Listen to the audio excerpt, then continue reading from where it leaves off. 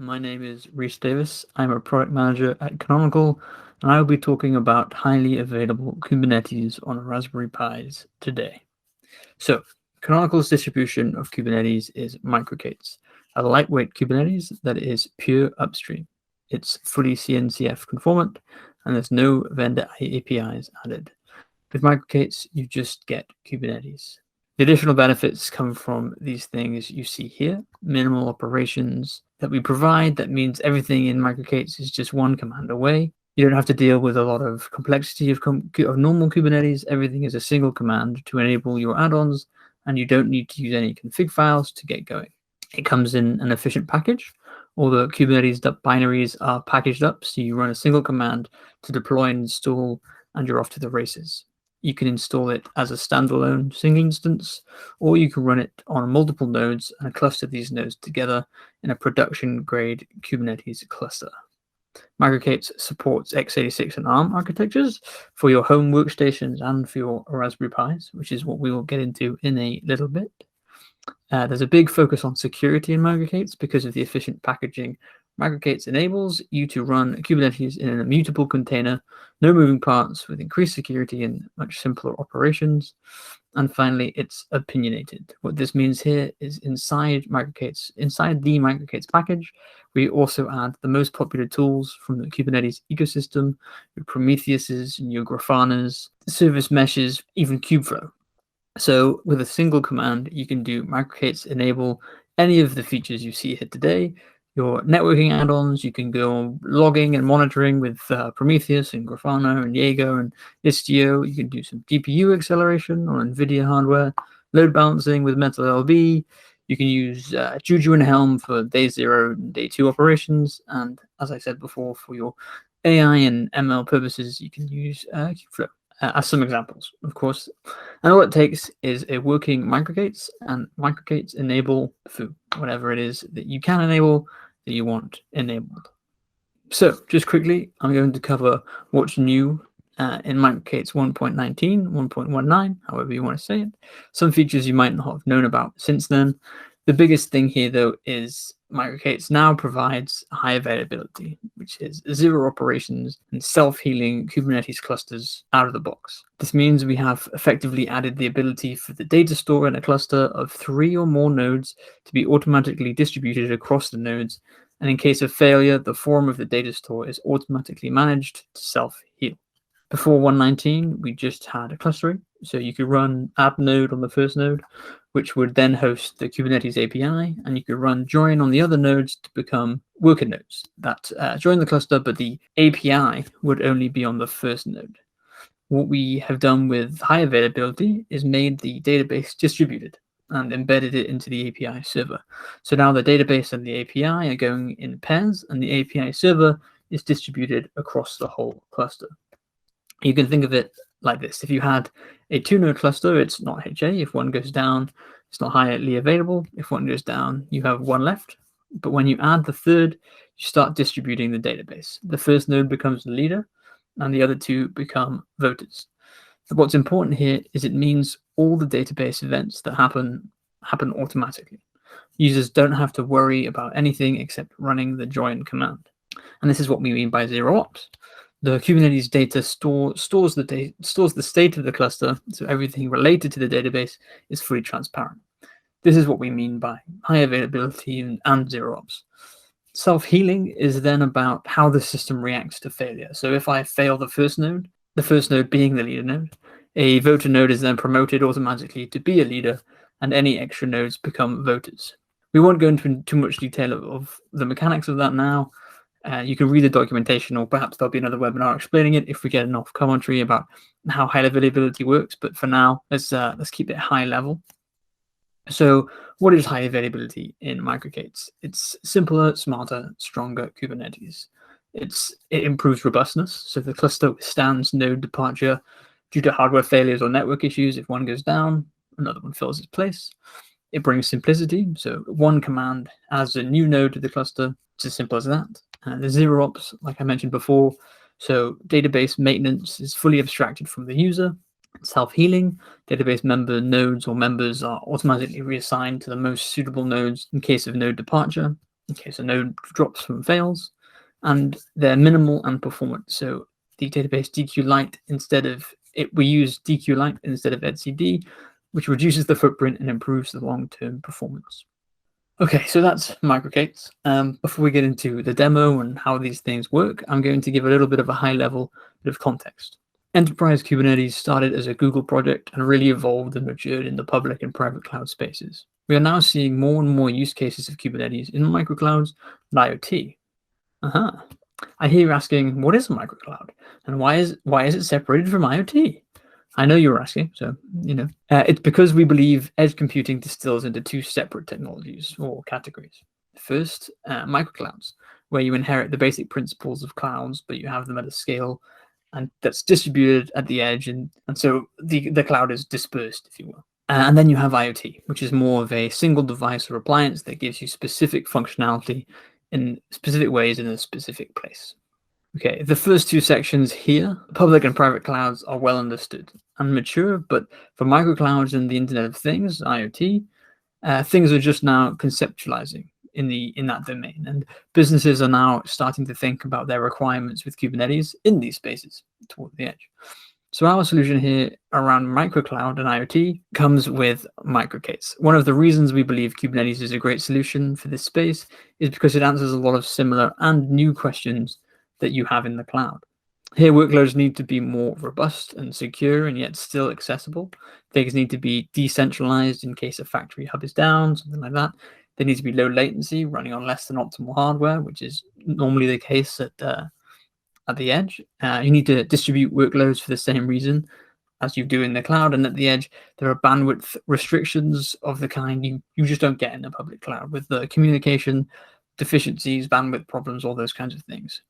These kind of requirements never really go away in IoT, especially the more devices we get out there and the more older devices rely on sort of legacy hardware. So these kind of requirements don't really go away with IoT and microclouds, and you need a way to balance it out. Here, workloads need to be more robust and secure, and yet they still need to be accessible. Things need to be decentralized in case something goes down, need to be low latency, blah, blah, blah.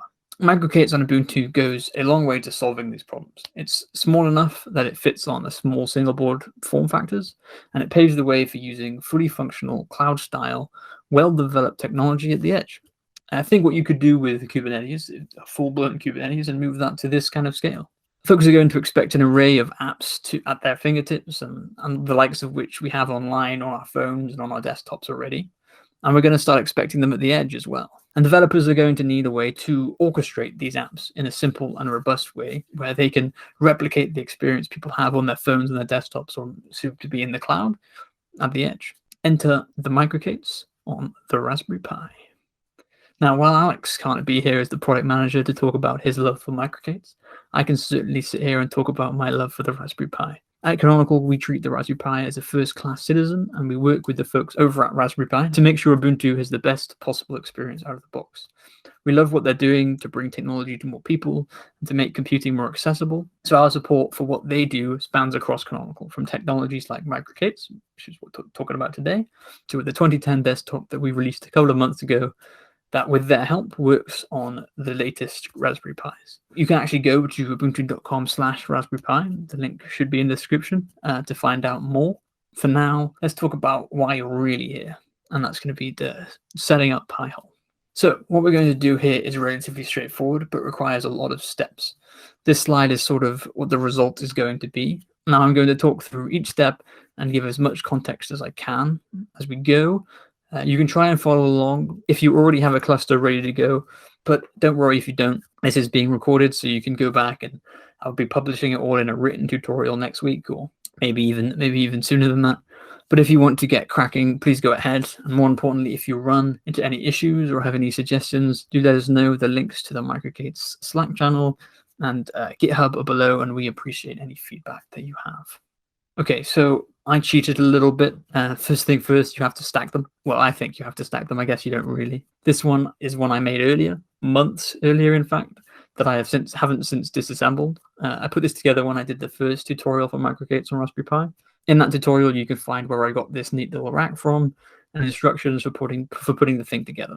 I'm going to assume you have Pis you have this setup, you want to cluster, and you've got a cluster and rack if you want one. So the next thing you'll need is to flash Ubuntu images onto your Raspberry Pis.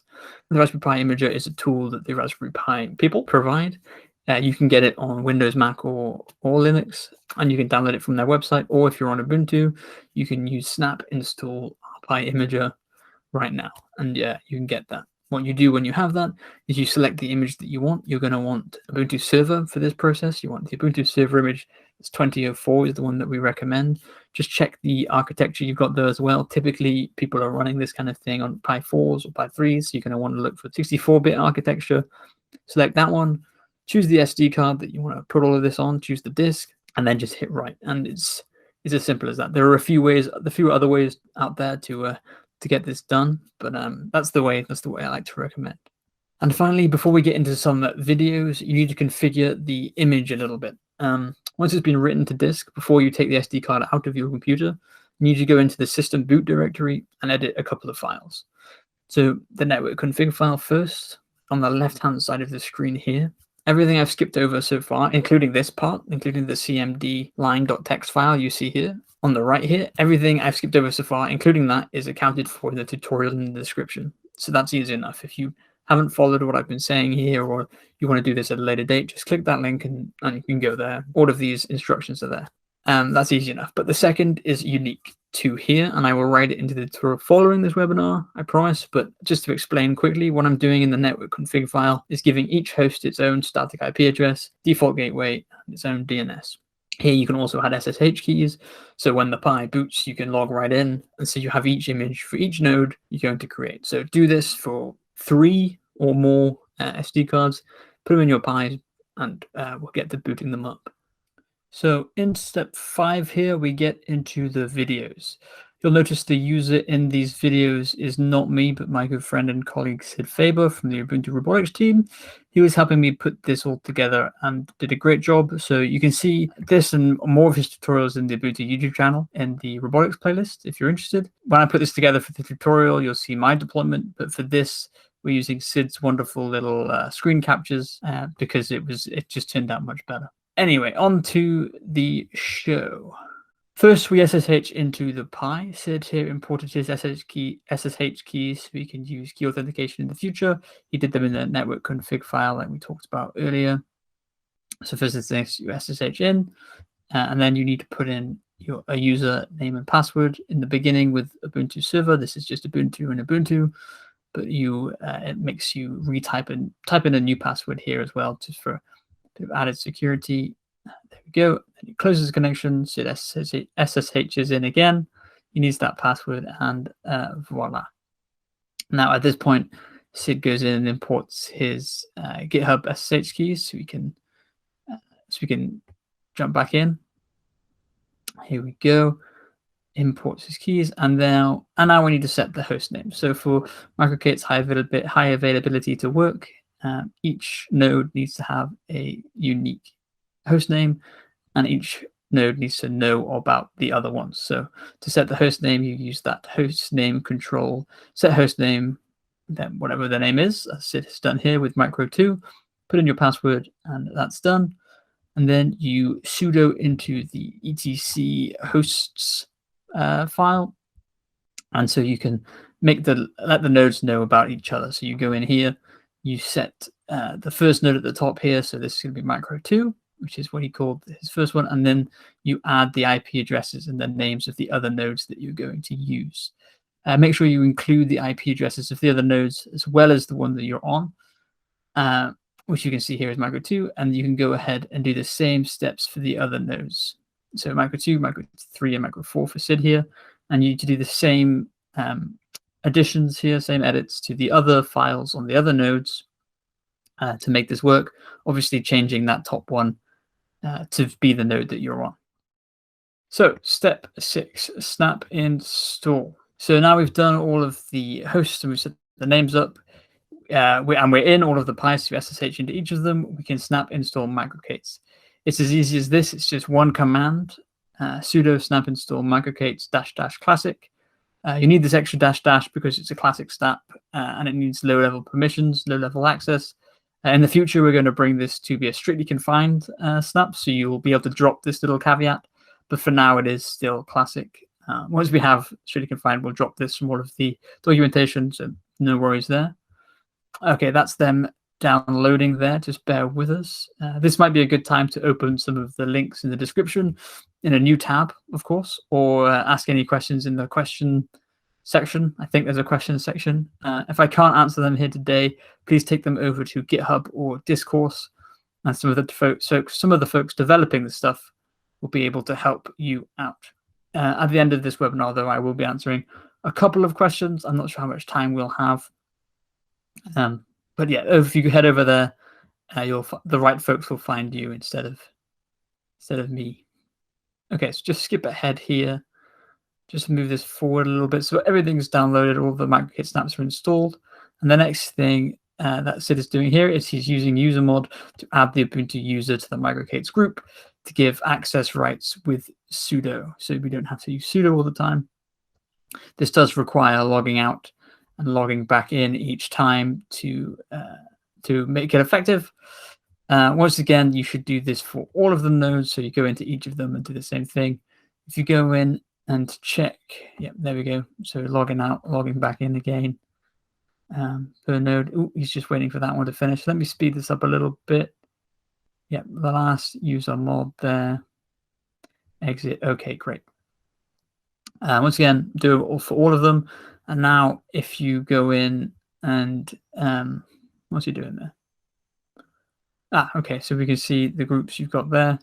And then if you go in and you MicroK8s status, you'll be able to see, hang on, wait for it. Yeah, you'll be able to see them go.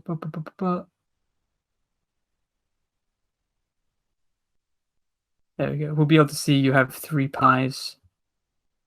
Each Pi has its own IP address, and that we can SSH into them, and each has MicroK8s installed and running. You'll notice at the top left of these of this output, the high availability is no still, and that's because we haven't clustered yet, which is what we're going to be doing next. So we're ready to do some clustering. So, well, SSH'd into the first node, you need to run MicroK8s add node. This makes this node the leader that we talked about before. It's the same as the others, just has some extra services running. It also generates this join command that you can see on the screen. You copy this command like Sid is doing here, which you run on the other nodes in order to join them into a cluster. You have to include that little encryption bit on the end there too. Now be patient, this bit can take a little while, trust me. You do this for each node though. Each time you do go back to the leader node that you ran the add node command on, run add node again so that you have a new join command and run that on your next consecutive node. So you do this for every node that you want to add to the cluster, and this will then cluster them together. In time, you should see what Sid is seeing here, contacting cluster at a given IP address. If you don't, you may have configured something wrong, so it might be worth going back and checking, but hopefully not. Hopefully you've everything's fine. I'm just going to skip ahead the video here to when we're finished with, yes, that looks about done. And you can check MicroK8 status again here, good old Sid, and see at the top there, yes, HA is on, and the nodes which just joined the leader node are in the cluster. So you run status on all of them just to check that everything is in order. This is for the application part, the bit that everyone is here for. So in order to do this, we need to enable the load balancer metal LB, which, as mentioned before, is nice and easy. It's just a nice and easy add-on that we get with MicroK8 to enable. It's going to ask us, there we go, ask us for a range of IP addresses, and then it'll go away and it'll enable these IP addresses here. Let's do that a second. So this metal LB lets us publish our DNS server and a management console and an accessible IP address. All of this only needs to be done on the leader node. The rest will automatically populate to the other nodes anyway. So that's all fine. And next here comes, hopefully, as not as accident-prone part as I think it might be, is the YAML file. So first you need to create the config files to apply to these nodes. The config map file has configuration-specific settings that you may want to change on occasion a bit later. We found this specific config file that you just saw online in GitHub from a Stephen Black, I believe, and it works as a treat, as a base for our purposes here. Again, links should be in the description, or perhaps I'll add them to the tutorial later. Then we're doing the same for the deploy.yaml file here. It's just another paste in the deploy YAML file setup. Sets up a container, the DNS service, and the web service. What I will do here is it's here scrolling through. So if you want to follow along, you can copy all of this into a fresh little file, or if you go and see in the description a tutorial that won't be there if it's live. So what I'll do is I'll put these files in the written tutorial that I'll publish as soon as I can, either this weekend, maybe next week at latest. And you'll be able to copy and paste these in then. Or if you're lucky and you're seeing this a bit later than it went out live, then the link should be in the description. Then we just go ahead and check all of that is done. Oh, no. So we're applying them first. Of course we are. So MicroK8s kube control apply -f config map YAML. That'll apply the config map. And then we want to do the same for the deploy YAML. Apply F. Oh, he's doing config map again. So that's fine. I'm sure I'll get around to doing the deploy in a moment. MicroK8s.kube control kubectl kubectl. Leave in the comments or tweet me which one you prefer. I don't know. We'll see. There we go. A deploy.yaml as well. And the deploy.yaml will create the DNS and the web services and the Pi-hole need. You can see them there. And now just to check that's all working, he's running watch MicroK8s kube control to get kube control get all. There we go. And you can see here we have the Pi-hole pod up in the top left there, the Kubernetes, the Pi-hole DNS, Pi-hole web service is running. And if we run, oh, you can't see that it's just on that node. That's the leader at the moment. Maybe I think we go wide here in a moment. Maybe I can skip ahead to that. Boop, boop. Yes, there we go. There we go, wide. And you can see there that that's running. That's all running under micro02, which is the leader node here. And we can do the same for the other nodes. So if we do the same in another node, in the secondary leaf node here, micro3 in this case, we'll see it's working in there too. So MicroK8s kube control. See, I say kube control by default, but kubectl sounds nicer, doesn't it? Okay, yeah. So you can see there, same difference, except it's the lead node. The leader there is micro2 still. Just a quick note here before we move on. The password in the config map.yaml file that we showed here is in clear text. From a security standpoint, this is pretty bad practice. You shouldn't leave it lying around unprotected. The config map.yaml file is no longer needed once you apply it anyway, so you could get rid of it, or better yet, you could use a secret config. But that is beyond the scope of what we're going to talk about here. If people ask for it for secret config tutorials or webinars, I'm sure we can cater for that another time. So moving on, high availability. So we're finally ready to test what we're doing here. We're finally ready to test the old high availability. So we can get out of the watch screen and leave our leader node for a second. So it's just gone into his PC again. And we're going to use the dig command to run a sample DNS and lookup.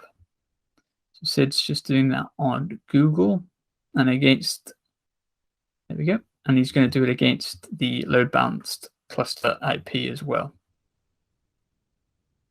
Blah, blah, blah, blah, blah. I shouldn't do that. I'm sorry.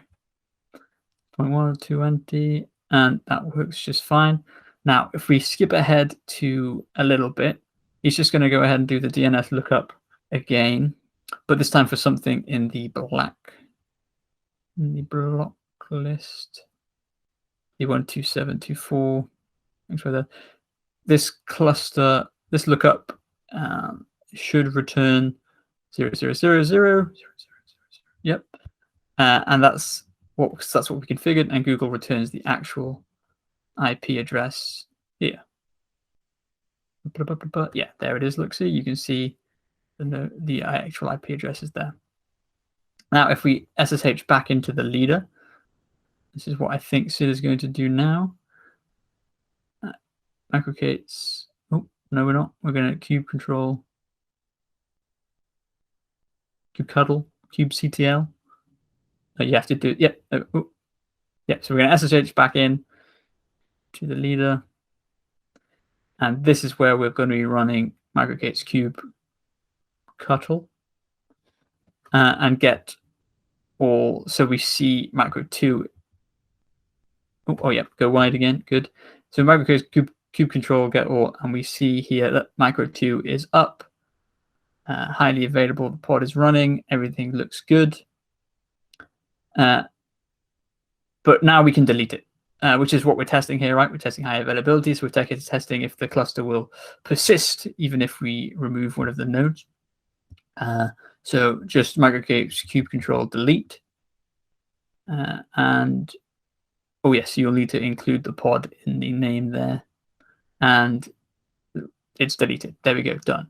Now that's quite scary because what if it didn't work? But fear not, it. I've seen this before. It did work. We go back in, we can then watch the, there we go, with the thing again, and you can see there micro3 has been promoted to the leader node, and the cluster is still up and running. Now, just to show you everything is working, Sid here has gone to the cluster IP address in the browser.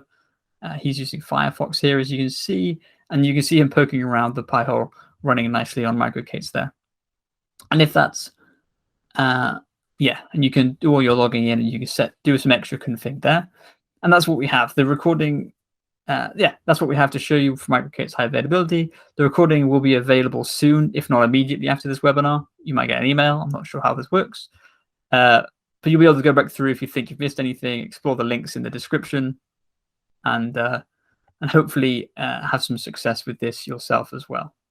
Okay, so just to dust everything off here, here are some key takeaways and resources. MicroK8s is great. It's lightweight. It comes with no vendor baggage. It has cross-platform and cross-architecture support. It has features that make it robust enough to be comparable to Kubernetes you see in the biggest and the best public clouds. You can use it for local development, testing, clustering, DevOps, AI, ML, IoT, edge appliances, and any other use cases you can think of.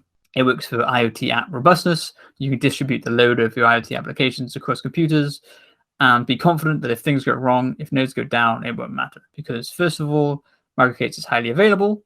And second of all, Ubuntu just works on the Raspberry Pi.